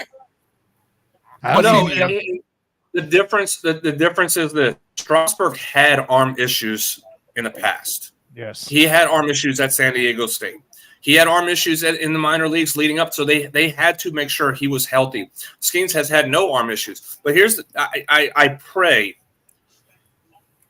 that they don't do that because if we're going to be really honest here about this inning limit stuff, and really, we have talked about the increase in arm injuries over the last few years. There's another thing that I actually saw in a conversation on Twitter X, whatever you want to call it. I still call it Twitter. I don't care. There was a conversation by a handful of coaches and trainers. The limitations of pitchers and limiting their innings, as early on, or even at so much, that itself does lead to further arm issues down their career because they're not as in shape as a guy who does go out and throw 200 to 250 to 300. I know we don't see 300 innings really thrown anymore, but it's someone who throws 200 to 250 innings, their arms are stronger to handle a full season because they're conditioned to do it. So when you have guys who only throw 112 to 150 innings a season, and then next year they go out and throw 200 to 250, well, guess what? Their arms are not conditioned to do that, and that's when they get the arm injuries that follow. I pray the Pittsburgh Pirates do not put him on a limit. They let him pitch. This is he is a horse. He is 230 to 235 pounds at 6'4", 6'5". He is a horse. He's not Strasburg. Strasburg was lean. You talk about some of these pitchers that were smaller weight guys. Mm-hmm. They fell apart. He is not that. Let the horse run. Let him run. And if you do that, you will have a long and prosperous career for Paul Skeens. So will they put him on a pitch count or shut him down? Maybe they will, because they see it it's part of the investment long term for them. But that's the counter argument. Let your horse run. If you shut him down, you're not taking the full advantage of what he's going to be throughout his career. It's true. It's true, man. Yeah. Like, Jonathan, think about it though. Like, if you don't make the wild card, let's just say you're Pittsburgh, you may not be making the wild card, and you may not make the wild card for the next 4 years. What do? Shut them down each time in the same spot? And then when you do get a chance, oh, wait, you got to pitch longer? Well, you're not used to it. So then your arm's going to hurt. Then you're going to have issues, right? I just don't see what the reason is. Until there's evidence out there that shows me he's been hurt, he's having issues, something, I ain't taking it. Well, that's part of the argument. That's part of the conversation. Think about, like, there's so many factors that we've talked about in the last 10 years that have led to increased arm injuries. Again, the pitch clock, the mentality of training for pitchers, the overthrowing of pitchers, but one that's not being talked about as much is the limit of innings on starting pitchers, where you have guys throwing 5-6 innings to start, whereas 30 years ago, everybody was throwing minimum 7 innings. And you did not have the arm issues 30 years ago that we have today. There's so many factors and variables that take place that the inning limitation is one of the factors that leads to arm injuries. And that's just being forgotten about because of the other stuff that is more that's more controversial in talking about than the limitations of innings. Yep. I'm right there with you. Bryce Harper and Schwarber are both on the IL. Can Phillies do anything to get out of that? That's a blow. And I think they said about Harper's hamstring it's going to be a while. There's not really a timeline for how long it is. I have not seen an update on what exactly the hamstring injury was. They said there was a lot of concern about that. So that's something that, because again, he's your first baseman. What other first base that you have at the moment? But he's also your leader. He's your franchise leader, and I think that's a huge loss. At Schwarber, I think you can survive without Schwarber because you have other guys to be leadoff hitters. He's not like he's a powered hitting leadoff hitter who bats 212 or 220. I don't even know what his average is, but it's not a high average. He just hits home runs for you and gets on base by walking. But you can plug somebody in to be a leadoff hitter for you and really be okay there. Losing Harper is the worst of the two. And I think that's going to be a hard one to swallow to figure out is, someone's got to step up. Thankfully, and that's another thing. You don't have JT Realmuto right now. He's still on the IL. So they're been a little bit banged up at the moment. You're going to have to have some guys really step in and step up to replace that, especially for Harper, depending on how long he's out for. The good thing for the Phillies is that they have the long lead right now in the division, but at how long can they sustain that? I think that's a big question. So they got, I'll say real quick, they got enough comfort to get by for a few weeks till the All-Star break. So I wouldn't be too concerned with them. But according on June 28th, by the manager as well as Alex Coffey tweeting out. Thompson just says read the that. Phillies dodged a bullet with Schwarber and Harper injuries. Says it should be about a 10 to 14 day timeline for the returns. It's possible they're back before the All-Star break. Very mild injuries. So Harper's injury is similar to what Marsh had, is what he said. So, which at that point you could probably rest Harper through the All-Star break. There's no reason. That's what I would do. Yeah, why what I rest would Matt? do. You got enough time. Yeah, You got a huge lead. Atlanta. Even as a Braves fan here, even if you lose a handful of games in the leading up to the All-Star break, and the Braves let's say the Braves cut the lead to 4, as they get to the All-Star break. Well, you're still got a 4-game lead. You still and then you'll get your leader back, healthy to where he's ready to go. Where you're not risking an injury that prolongs that recovery process. There's no reason to rush Harper back even before the All-Star break. Let him sit and rest for a couple more weeks, and then All-Star break happens. You get 3 to 4 days. You get 4 days off. And then by that weekend, you're ready to go with Harper healthy again. So even at that point, I don't think there's a reason to rush him further along than you have to. So you got you're at Chicago Cubs this week here. You got Atlanta right after that at Atlanta. Okay, so there's 6 games. You could probably split, be fine, right? Dodgers series after that. Oakland before the All-Star break. I'd take it. I'd rest. I'd rest during the Dodgers Oakland series. Yeah, I think the pitchers. My opinion with the Phillies is somebody like Aaron Nola needs to start pitching more consistently. He hasn't done it this year. Ranger Suarez, we kind of knew he was going to fall a little bit and regress, and he has lately. What, 10-2? 10-2, but the way he's pitching right now, leading the ERA and then NL.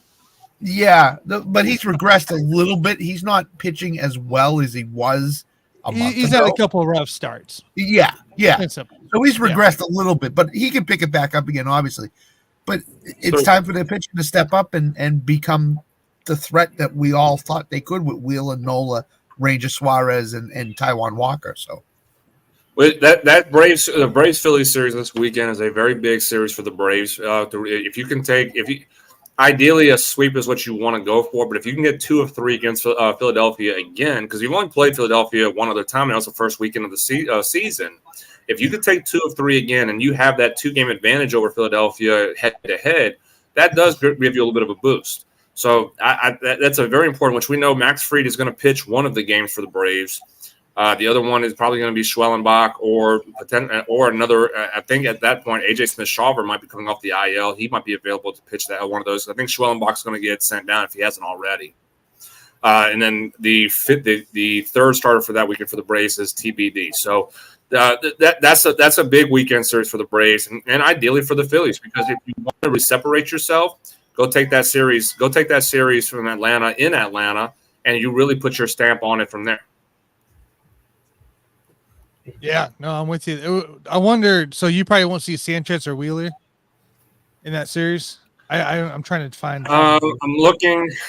No, Nola, Suarez, and Michael Mercado is the other guy against Renato Lopez. Lopez is going to pitch one of those games. Gotcha. As it is slated right now. So. Well, I'm looking real quick. Lopez is pitching tomorrow. So he would go Sunday. He'd go. It'd be Fried. No, they give Lopez a full 5 days, so he would more likely pitch on Monday in Arizona. They don't let him. So they give him 5 days of rest and pitch on the 6th day.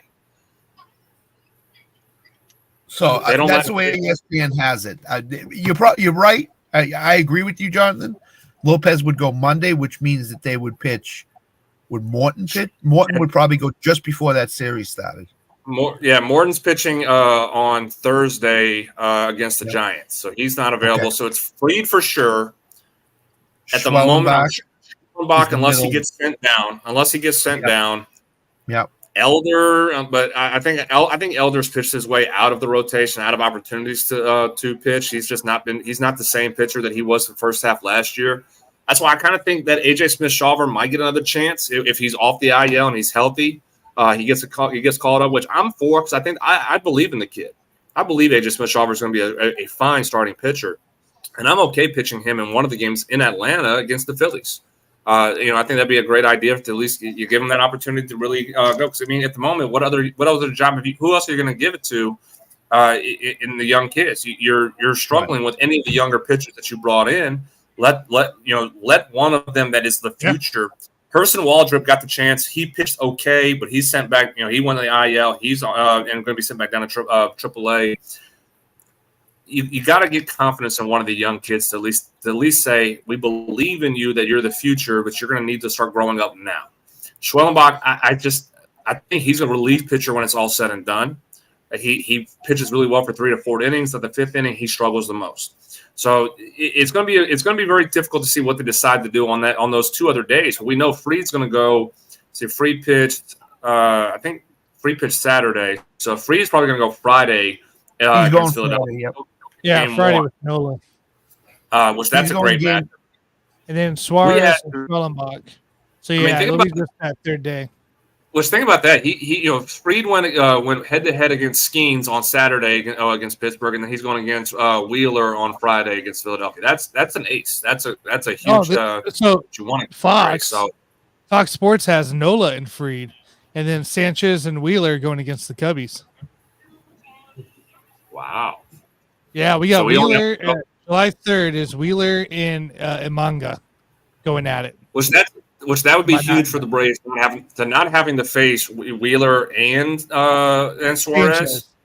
Sanchez. No, you get Suarez. You get Suarez. Yes. So you got Nola and Suarez, and then honestly, I fear Suarez more than the other 2 pitchers that the Phillies have. Yeah, I would too. He kills us every time in the postseason. He's the soft lefty that is crafty, and he maneuvers. He throws out that curveball. Always gives the Braves trouble. So I fear Suarez more than I fear Nola and Wheeler for the Braves. But if you don't have to face Wheeler and you don't have to face Wheeler and Sanchez. Yeah, if we hit Nola, I'm fine with that because we hit Nola pretty hard every time we face him. So I like the matchup at least for the Braves to at least take 2 of 3 this weekend.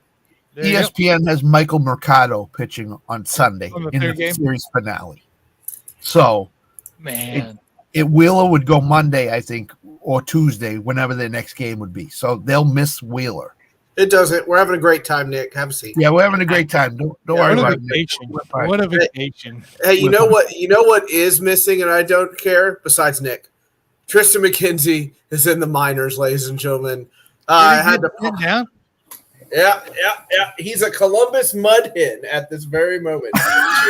Look at him laying back, Dr. Pepper in hand. Yeah, it's never tasted so good. Welcome to the team, Gavin Williams. Everything is better than that. To Sam's question, which I know is coming, is what has gone wrong with Tristan McKenzie? Has it been the injuries, or is there something else? Look at there. That's like a week late. Yeah, you're a few days late. Credit to Nick. He did wish me happy birthday on my birthday, so I'm not gonna no shots fired on him for it. Injuries for it's injuries for McKenzie have really held it. So? It definitely is injury related. A lot of and it's hard when you deal with as injuries as you can. It's a hard thing to come back from mentally. Do you trust yourself to throw your stuff? That is a lot, and that's a mental thing that you have to really believe in your ability to not only stay healthy but maintain your ability. And I think that's something that Tristan McKenzie has been struggling with a lot lately, and it's kind of putting him in a hole that he is. At this point, we have to really question: are we going to see Tristan McKenzie? We kind of had comparisons of calling him the next Pedro Martinez. Because he had the same body type as Pedro, and there was but are we going to see that kind of ability out of him? I think that's going to be a very tough thing for him at this point of his career to work through and kind of grow again. That's what you have to do now. You have to grow. Yeah. You have to grow from your injury that you dealt with and redevelop yourself back into the player that you were supposed to be and that you are confidently being. And if you don't have that mentality to really turn that corner again, it's so hard to come back from. And I think that's what we're seeing is Tristan McKenzie. Just he's struggling with the mentality of believing his health can handle the ability that he provides. Jonathan, what do you make of the NL Central right now? I know the Brewers are in first place. The Pirates are hanging around that wild card spot. The Reds seem to get momentum, and then they get knocked backwards. And St. Louis has been kind of consistent all year long. What's your take on the NL Central this year? Man, why is Nick not on when we have the Chicago Cubs are last? Why is Nick not on when the Cubs are in last place? Why, does that He's watching. He's watching. There you go. Look, The Cubs are last. I know he's watching, but I can't mess with him because again, but yeah, you don't get the reaction. You don't see the face. It's different. Two teams.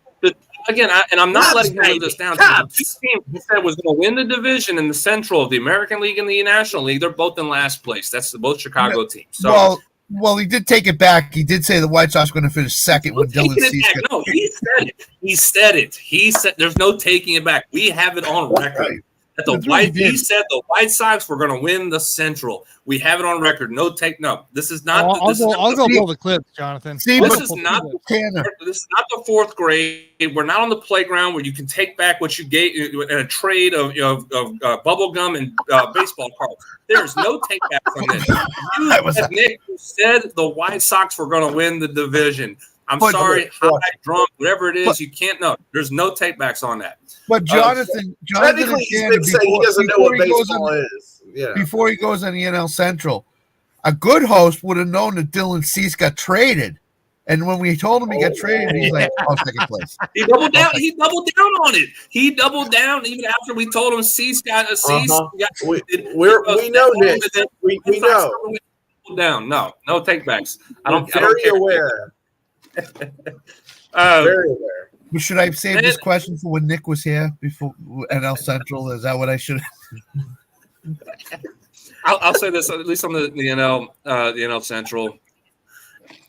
I just don't think there's anybody in the National League Central that is strong enough to really to push the Brewers to challenge them. I know the electricity around Pittsburgh with Skeens is there, but again, the team is not as consistent. They're 5-5 of the last 10 right now. They're playing good, but they're just not. You're not catching that high that Nick says he had, but you're not catching that high that you have to win games on it. Every 2-3 days you're winning 2, 3, 4, and then you lose, and then you win another 2, 3, 4. You're not catching that from Pittsburgh right now. So that's a tough road. The other side of it is, and just looking at the analytics for Pittsburgh, the expected win-loss says they're supposed to be 38-45. Sorry, so they're 2 to 3 games higher than the analytics say, and that's good for them as far as their record right now. But it does balance out in how they play and why they're not showing that they could be challenging the Brewers or even trying to pass the Cardinals right now to be a contender in this division. Cardinals, I know there's a lot of talent still in the Cardinals. I think the pitching is going to be a little bit of the biggest question mark for them unless they make a move to bring in another arm. Obviously, again, Goldschmidt or Renato, they have some young hitters that are producing and playing well right now. Pitching has been decent, but the Brewers, I think they're head and shoulders better than everybody in this division. I don't see them taking a step down. I think we could see the Brewers even add a player to really strong to keep their stronghold in the division lead, which is shocker because again we saw them sell just a few years ago. Hader and make some moves that really just brought some bring some questions. But again, the front office is kind of looking like they're geniuses right now because of what they've done over the last couple of years. So I don't see anybody in this division pushing the Brewers. I think they'll maintain a 6 to 7, maybe an 8 game lead throughout. I don't see any of these teams going to get closer to than that as we begin trekking through the second half of the season, and this will be the Brewers' division to win. Gotta stay consistent. That's all I gotta say. And that's the name of the game. The most consistent team, like he was last year. Just be the consistent team. You'll get in first place. So all right, that's the name of the game of it. Jonathan. Do you know one of the coaches on the Brewers, by the way? Any idea who? I don't know anybody. There's one. The hitting coach has got him juicing. I know that. I can tell you that. Which one? There's 2 of them. So, all right. Anyways, whichever one kind of looks like you. They can say you beat Helen Keller. I got nothing, Jonathan. I got nothing for him. I can't say that. Anyways, let's go. Let's switch back to the other division here, AL side here. Look, there's this team that we were getting ready to just leave for dead and bury and put a cover over him. And they are back in conversation here. And I said it on the Buffoons here that this is a team going to be competing for a wild card spot come August, September frame. And I think they will be there. The Houston Astros have returned. They have come alive. Here we are again. These guys are actually winning games. Winning games. And I don't know what the heck's gotten into them. What's up with Houston? Are we seeing just a St. Louis, Pittsburgh, Cincinnati, St. Louis, or a Cubbies spike every now and then? Or is this an actual team that can compete for a wild card spot there with Minnesota, KC, and Boston? No, the difference in the Astros and the other teams that you mentioned is that the Astros are a championship caliber team, and they know how to win because of that.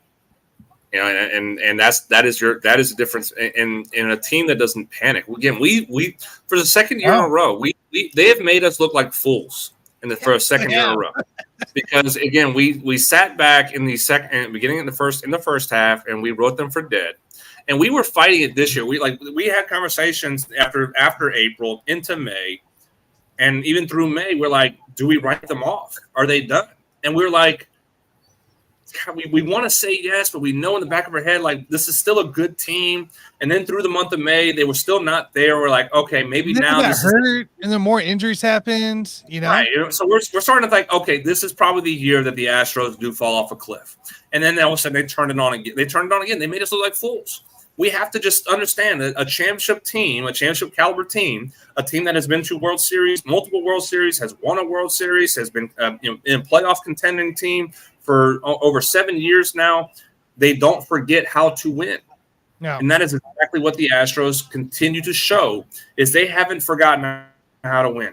They may not win as early on as other teams, as we would probably think that they should, but they know how to turn it on. And that's what we're seeing again right now, is the Houston Astros figured out. And I said this with Scott and Alan before. I said this with y'all. Shame on the the American League West. No, shame on the American League West for allowing the Astros to hang around. Yep. You let them hang around. Nobody took this division by storm. You had a chance. Good try. If Mariners or Rangers, you had a chance to put your foot on the throat of the Astros and separate yourself. Didn't do it.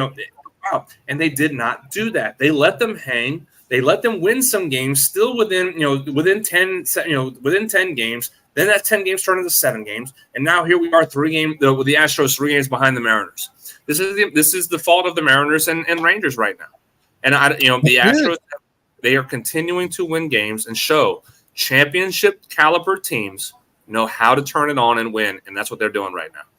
And the rest of the American League for that sake too, because the Red Sox, the Twins, the Royals, they had a chance to play winning baseball and put the Astros deep down that they couldn't even get a wild card spot, and they allowed them to hang around. Allowed them to come back. You lost. We talked about this Wednesday in the Buffoons. The Royals blew June. They blew June. They had chances to win series. They had to win series, and the teams that they should have beat, they ended up blowing it. So, be a big month for everybody. You definitely can say that. You definitely can say that because the Astros are 3 games back in the wild card too, at least for a wild card spot. But if you're 3 games back of your division, who cares about the wild card at this point? Go win your division. That's what they're looking at right now. They're not. We know the Astros are not. Oh, they're not looking at wild card. No, they're not looking at the wild card. No. If we're not careful, we could see the Astros leading the division by the All-Star break. Oh boy! Seattle, their hitting is too inconsistent for my liking. They don't hit the ball consistently well.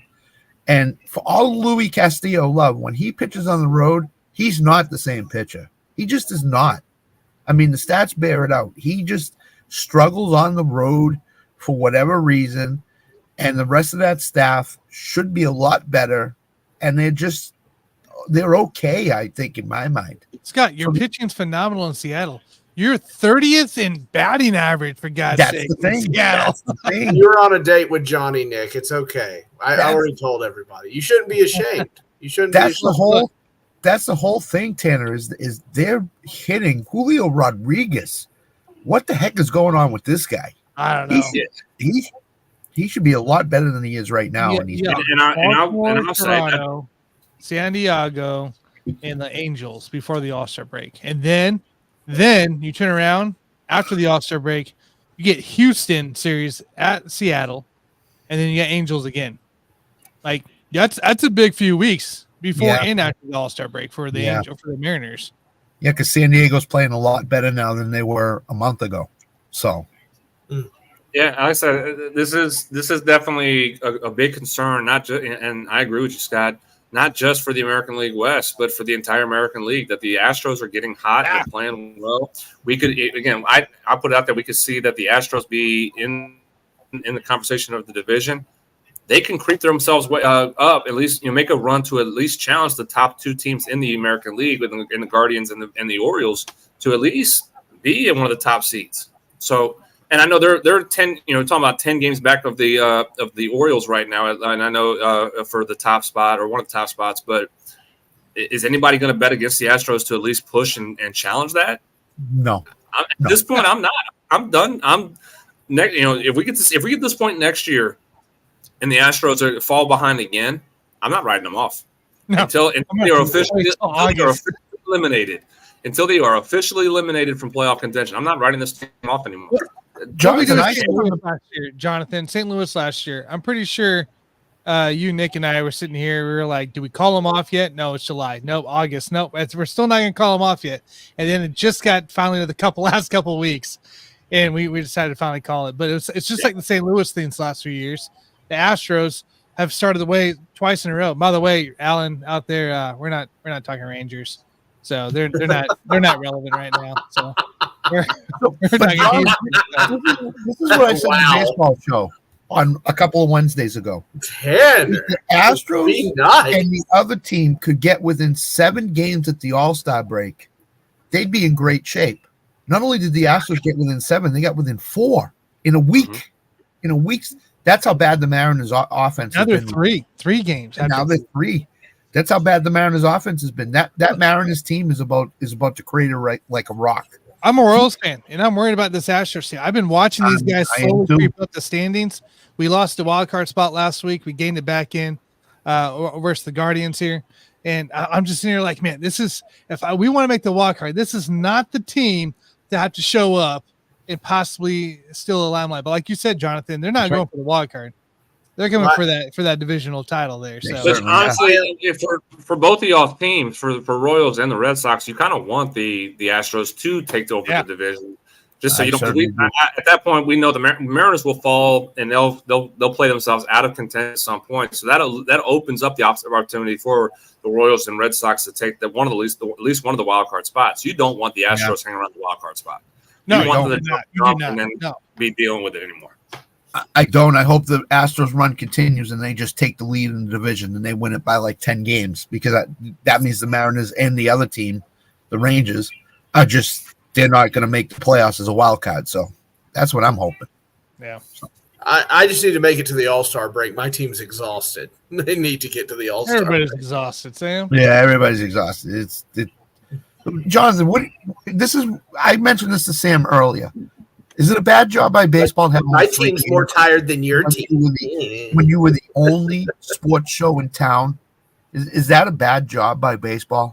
Not. Can you repeat? You kind of cut out a little bit. Can you repeat the question? So baseball has an opportunity now with nothing else going on to steal the sports spotlight, and they put 3 games on tonight.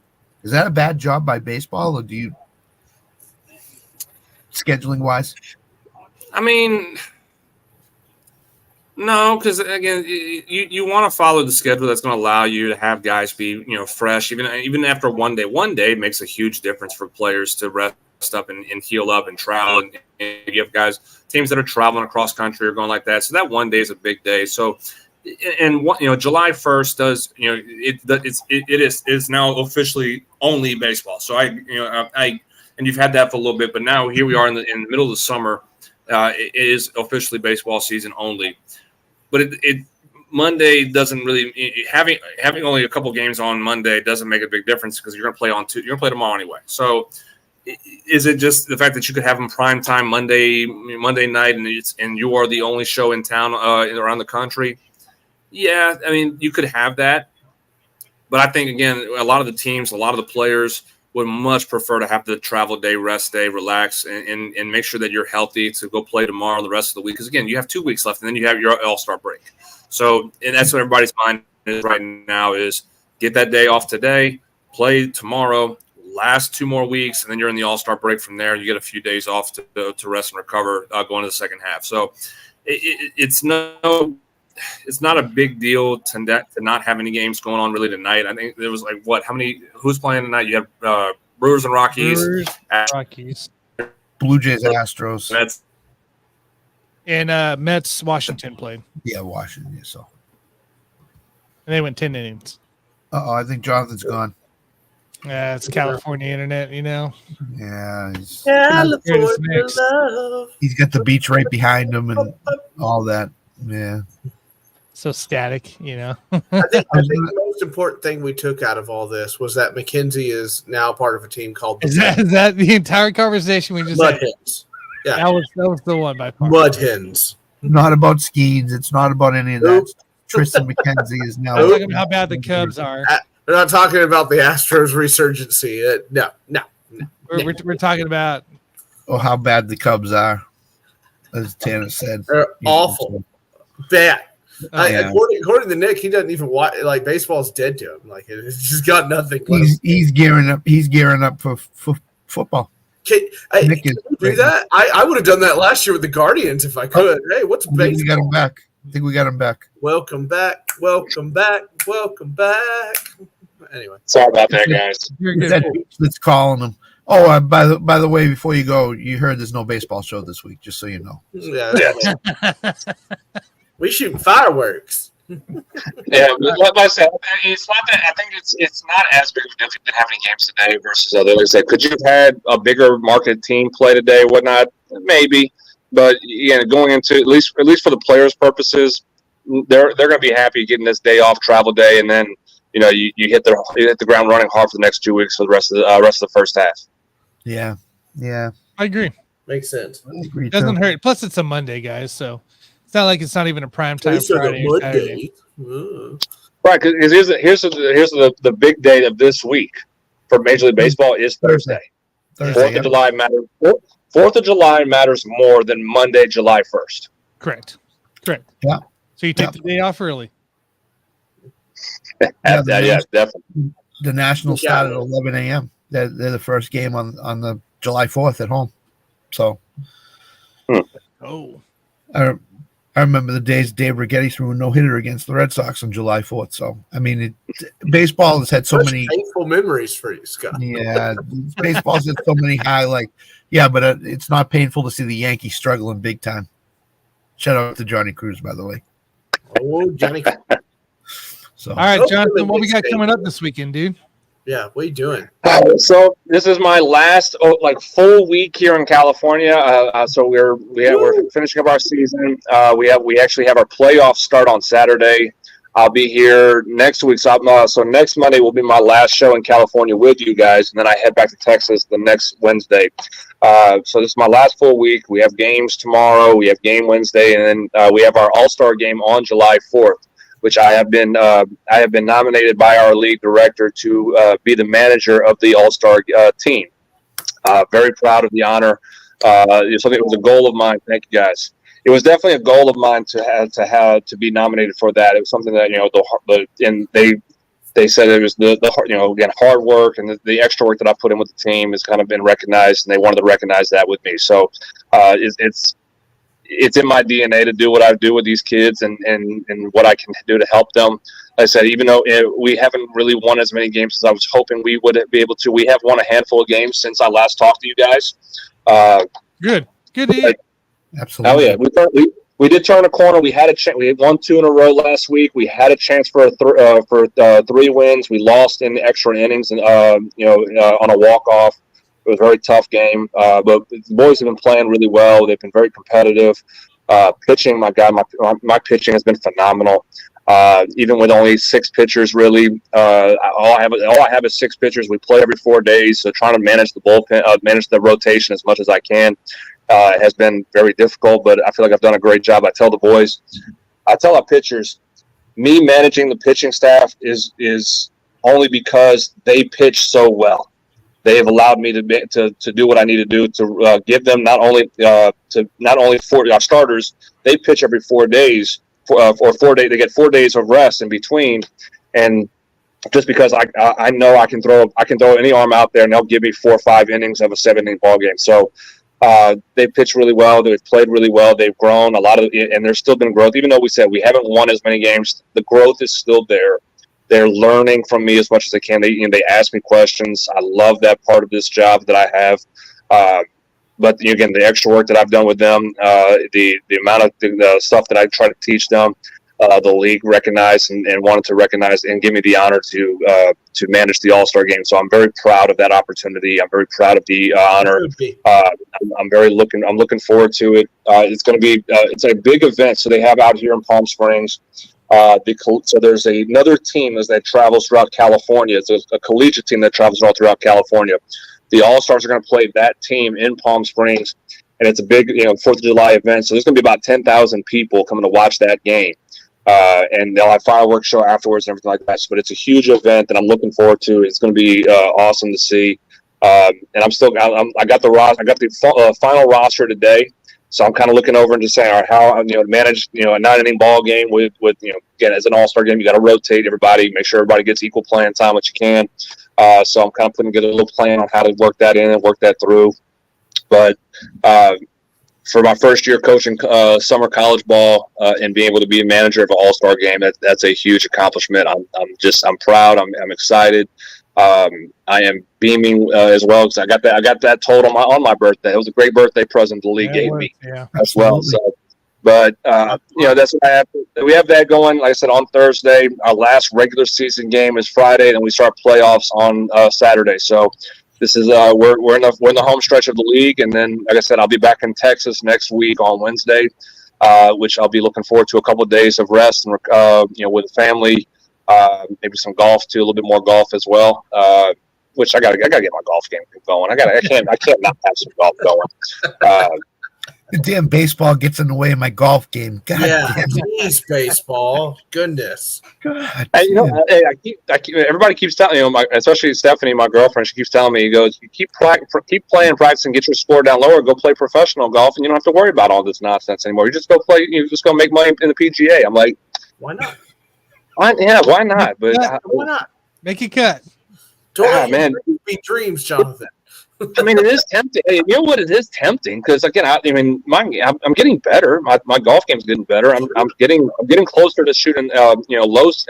I'm low 80s consistently. I'm working to get in the 70s more consistently. So I guess I'm knocking on that door here pretty soon to where I can be that good. So you can already hear Jim Nance whispering into the microphone, can't you? Yeah, right. Does anybody know? Does anybody know how you get into a competition to try to make a cut? So you have to go to qualifying school.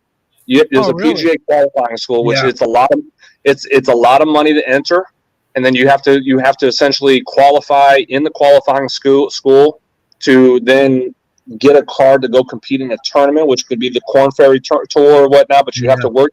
It costs a lot of money.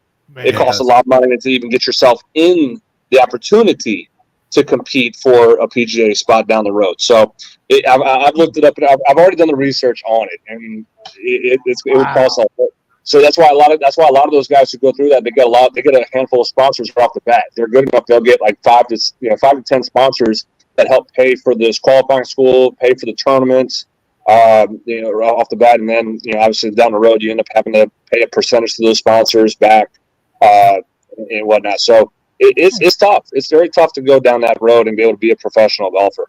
I think you have to get like the top 20 in the PGA qualifying school or something, top 10, something like that. Then you get in Korn Ferry, and then maybe get an exemption to one of the PGAs, and that's how you get your foot in the door. So correct. Which if you get that chance, you go play in one of the open tournaments like the US. You play in the U.S. Open or whatnot. You get a chance to play in the qualifier of the U.S. Open. And then if you go compete and you score, a good enough score, you can get an exemption for another tournament. And then if you go get another, you continue to perform and put up good scores, you'll continue to kind of earn a status into the PGA from there. Yeah, Tony Romo went to the qualifying for the Open. He didn't make it, but he tried it, and so it's easy for him because he can afford. Yeah, he can afford that, so. I'm surprised he didn't get injured on the first hole. Oh, nice. Good old Cowboys joke. Love it. All right, Jonathan. Well, we'll catch you next Monday, dude. Appreciate you. Great luck. Have fun on the Austria game, man. Definitely appreciate it, guys.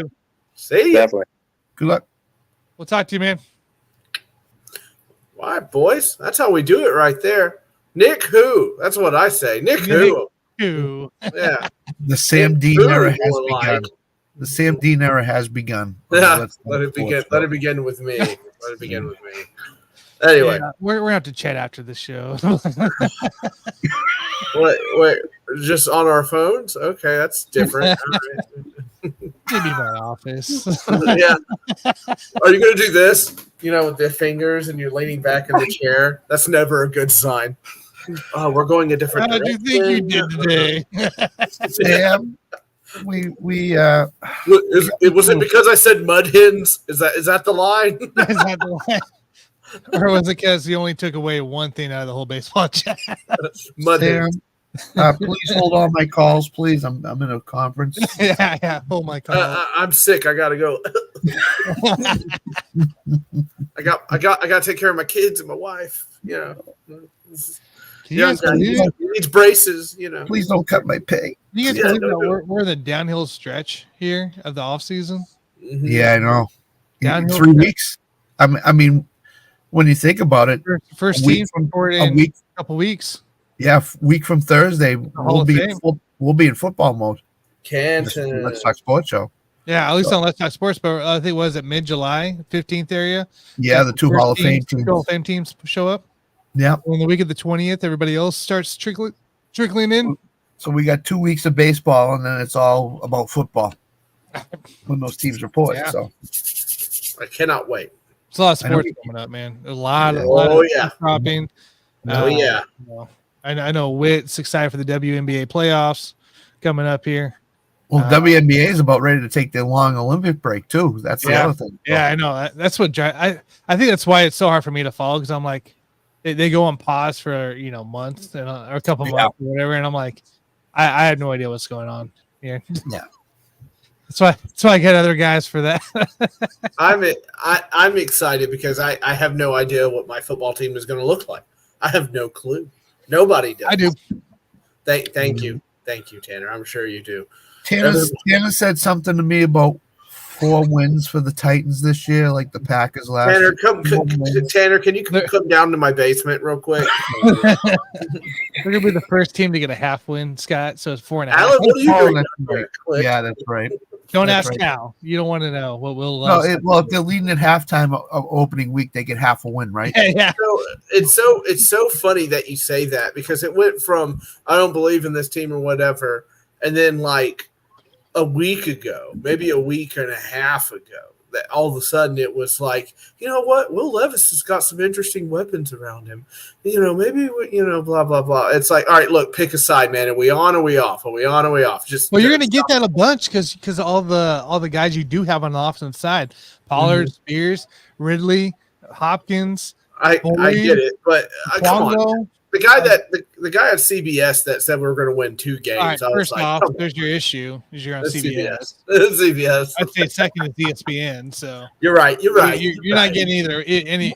You're not getting direction either way. So, Sam, this is what you're going to get this year.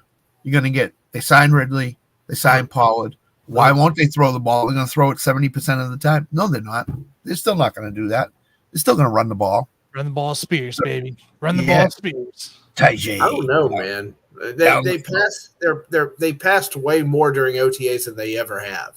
Well, that doesn't take anything. You have to pass because you got a bunch of new pass guys around you. Yeah, Will Levis. You this is how you have a new offense. Of course, you're going to pass more. Sam. Everything I'm of feeling. Course you're going to do offense that way. Everything I'm hearing is they're passing the ball. They are. Well, this is the thing that I do. I don't put any stock into it. Why? Because they're all in shorts and t-shirt, and there's no defense out there. That's fair. Pads pop July 24th, though. I cannot wait. I don't put any stock into it until training camp opens up and we hear about what these teams are doing. Then I'll start believing that. But in OTAs, I don't believe that's that. I'm not going to take any stock in that. They throw in that ball. That's like saying book it. They throw in that ball. Book it. That's like a bunch of Chiefs news. I'm not taking account into it. Book it. It's training camp, baby. Like all the off-season activities all the players are doing. Yeah, it's like, yeah. It's like when you hear out of these camps, these lad McConkey. You just know Andy Reid's got to be sitting there. Andy Reid's got to be sitting there like, why? Why are we doing this? Why are you guys idiots? First off, yeah. So, all right, let's get underway, guys. Let's get some final thoughts down. Scott, what you got? My final thoughts are simply this. I love you too, Scott. Yeah, no, Sam, great job tonight, by the way. Tanner's got some things up his sleeve that he's working on, so I'm excited to see what is coming for Let's Talk Sports. I know there's a lot of ideas floating around in that brain of his. Did you get an email? He said he was going to send it to me. It just never showed up. It was really weird. Oh, I got the email. Oh, you didn't see the schedule, Sam? That's weird. Yeah. So I'm excited to see what the next phase of Let's Talk Sports is. Yeah. I didn't make the team. Damn it! He sent me a letter. It's just a pink slip. It's really weird. Turk is coming for your playbook, Sam. So, but yeah, I'm excited to see. I'm excited to see what the next phase of Let's Talk Sports is. I know it's coming soon because we're about ready to hit the football phase of the Let's Talk Sports season. So, woohoo! Yep. Ready, baby. I can show off my new necklace that's not going to break my neck. Oh, great. I go from Let's Talk Rangers to Let's Talk Titans. Oh, great. I know, right? Hi, buddy. We talked about the Pats, too. We've been talking about the Guardians, so, you know. Oh, the Guardians, too, yeah. I love my team. They're doing well for now. Anyway. But, all right, I got Alan wants to do a wrestling show tomorrow, so there will be a wrestling show tomorrow. We'll go over this Raw, which has been going on behind me. It was a spicy, good episode. Yeah, but like they had a great match with Sheamus, Drew McIntyre, and Ilya Dragunov. And July 4th is right around. Please be careful. Don't make your fingers look like Jason Pierre-Paul's and all messed up and stuff like that. It's gross. But be safe. Be safe. And now Johnny Cash will sing us a song will croon us a song to get us out of here. Go ahead, Johnny. Oh man. Oh, I'll give you my final thoughts here. Okay. And then I'll sing you a nice little song, huh? So guys, I just want you guys to all remember here, even you guys who don't podcast and you're watching us, just remember that no matter how busy you are and how chaotic life is or whatever it is, you take some time out for yourself, aka your health. Go to the damn gym, get in, figure out what you're eating, something that matters for your health, so you can stick around and enjoy life. So think about that, and also think about, sometimes family takes over, podcasting, watching videos, watching sports. So just make sure you have your priorities right. That's all I'm gonna say. For sure. So. Absolutely. I want to mention. Sometimes it's a good reminder. I had to have that reminder. So, just have that reminder. No matter how crazy it is, you'll figure it out. Just take care of yourself. So, that's beautiful. Right. Happy 4th, everybody. Everybody, we'll be out Thursday night. No show Thursday night. Yeah. Next Monday, we'll make sure to get Mr. Biringer on here. We got to get NFL or NHL draft recap from the Sphere. On the ice. We got to talk about Game 7 down in Florida still. Woo! From that wonderful Stanley Cup series. There's a lot more to him. We got, I'm sure, a bunch of wrestling news because I heard a lot of signings and releases and all that stuff happening. So there's a bunch of stuff to come out next Monday there. Nick should be back here. Make sure you guys like, subscribe, follow. Sam, hit that outro. I hear the train a coming. It's rolling round the bend, and I ain't seen the sunshine since I don't know when. Thanks so much for joining us, and until next time, let's talk sport, friends. Thanks for watching.